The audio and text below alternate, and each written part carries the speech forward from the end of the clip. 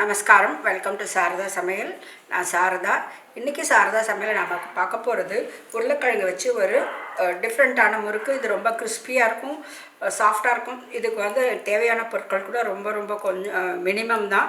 உருளைக்கிழங்கு, அரிசி மாவு, இதெல்லாம் நம்ம வீட்டில் ஜென்ரலாக இருக்கிறத வச்சு தான் நம்ம யூஸ் பண்ணி முறுக்கு பண்ண போகிறோம். வாங்க அதுக்கு தேவையான பொருட்களை பார்க்கலாம். உருளைக்கிழங்கு முறுக்கு செய்ய தேவையான பொருட்களை பார்க்கலாம்.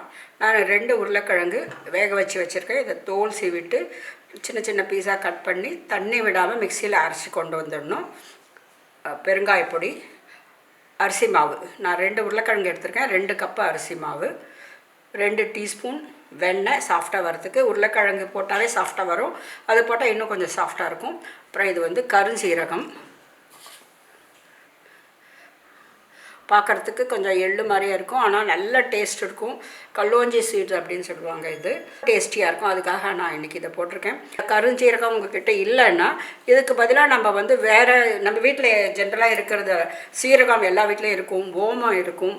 அப்படி இல்லாட்டி எள்ளு, கருப்பு எள்ளோ வெள்ளை எள்ளோ எது இருந்தாலும் அதை சேர்த்துக்கலாம். எல்லாமே சேர்க்கலாம். இல்லாட்டி ஒரு சிலர் எல்லா ஃப்ளேவர் இருந்தால் பிடிக்கும்னு எல்லாத்தையும் கொஞ்சம் ஒரு பிஞ்சு சேர்த்து பண்ணலாம். எனக்கு ஜென்ரலாக எங்கள் வீட்டில் ஏதாவது ஒரு ஃப்ளேவர் தான் இருந்தால் பிடிக்கும். அதனால் நான் வெறும் கருஞ்சீரகம் இன்றைக்கி சேர்க்க போகிறேன். உப்பு தேவையான அளவு.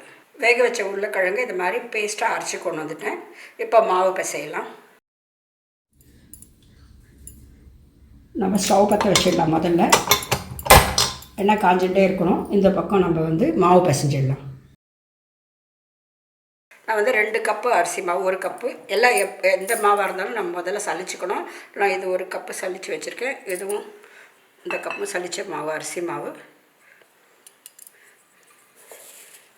இதில் 1 டீஸ்பூன் அளவுக்கு கருஞ்சீரகம், உப்பு தேவையான அளவு,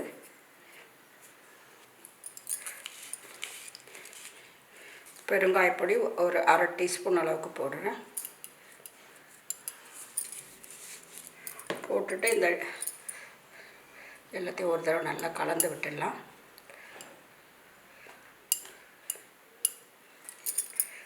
இப்போது நான் 2 டீஸ்பூன் வெண்ணெயை கொஞ்சம் உருக்கி கொண்டு வந்திருக்கேன், அதையும் சேர்த்துடலாம்.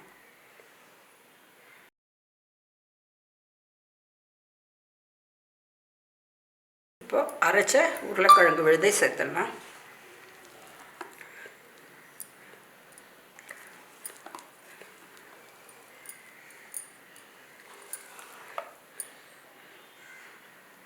முதல்ல இதை எல்லாத்தையும் நல்லா கலந்து விட்டுடலாம். அதுக்கப்புறம் கையில் நல்லா கலந்து விடணும். இதை நல்லா கலந்து விட்ட பிறகு எவ்வளோ தண்ணி வேணுமோ தண்ணி தெளித்து மாவு பிசைஞ்சிக்கலாம். தண்ணி நிறைய விடக்கூடாது. இந்த உருளைக்கிழங்கு கொஞ்சம் ஈரம் இருக்குது, வெண்ணெயும் கொஞ்சம் உருக்கி போட்டிருக்கோம். ஸோ தண்ணி மட்டும் பார்த்து சேர்த்துக்கணும். மாவு தண்ணி சேர்க்காமல் இது மாதிரி இருக்குது. இப்போ கொஞ்சமாக தண்ணி சேர்த்து முறுக்கு மாவு பதத்துக்கு நம்ம பிசைஞ்சுக்கணும்.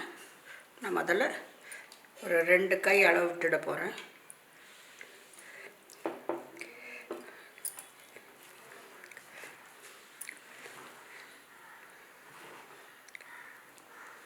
திருப்பி இன்னும் 1 கை அளவு விடுறேன்.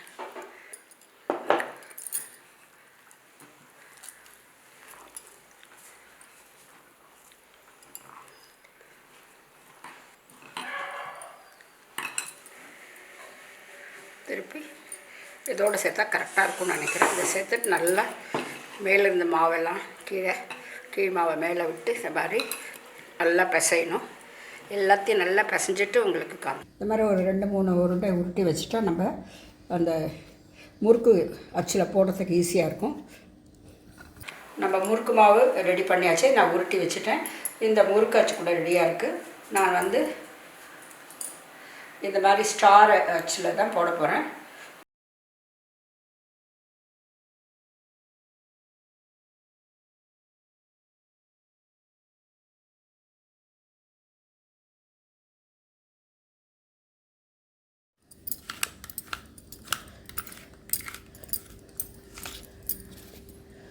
நல்லா போட்டாச்சு.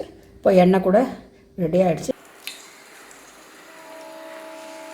மேலே வந்துட்டு இப்போ தான் பிழிய ஆரம்பிச்சிடலாம். நான் பெருசாக ஃபுல்லாக பிழிஞ்சிட போகிறேன் ஒரே முறுக்கா.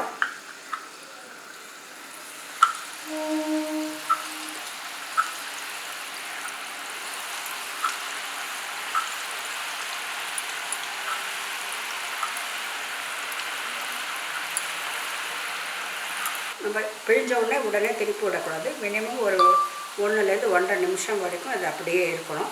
அது கொஞ்சம் மேலே வர மாதிரி இருக்கும். அந்த டைமில் தான் நம்ம திருப்பி விடணும். இப்படி எடுக்கும்போது இப்படி வரும். இல்லாட்டி இது சரியாக வேகலைன்னா அப்படியே ஒரு மாதிரி ஃப்ளெக்சிபிளாக இருக்கும். இது மாதிரி கெட்டி ஆகிடுச்சுன்னா கொஞ்சம் வெந்திருக்குன்னு அர்த்தம். இப்போது முள்ளமாக திருப்பி விடணும். இது மாதிரி பபிள்ஸ்லாம் கொஞ்சம் அடங்க ஆரம்பிச்சிருக்கு. 2 பக்கமும் ஒரு 2 தடவை நம்ம திருப்பி விடணும். நல்லா பபிள்ஸ் அடங்கினோம்னா எடுத்துடலாம். இது நல்ல வெள்ளையாக தான் இருக்கும். பார்க்குறதுக்கு வெள்ளையாக இருக்கும், கிறிஸ்பியாக இருக்கும். அதே சமயத்தில் கெட்டியாக இருக்காது, சாஃப்டாக இருக்கும். இந்த ஜென்ரலாக அரிசியில் பண்ணுற முறுக்கு தேங்குழலாம் இருக்குல்ல, கொஞ்சம் அது கெட்டியாக இருக்க மாதிரி இருக்கும். இது அது மாதிரி இருக்காது, ரொம்ப சாஃப்டாக ரொம்ப நல்லாயிருக்கும். இந்த பபிள்லாம் ஆல்மோஸ்ட் அடங்கிச்சு, 1-2 தான் இருக்குது. இப்போ இதை எடுத்துடலாம்.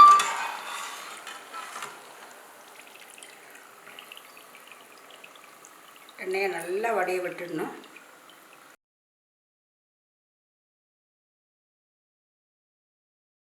இதே மாதிரி எல்லா மாவையும் நம்ம பிழிஞ்சிடலாம். வேணும்னா சின்னதாக கூட பிழிஞ்சிக்கலாம். இல்லை மொறுன்னு கரன்னு முறுக்கு ரெடி ஆகிடுச்சு.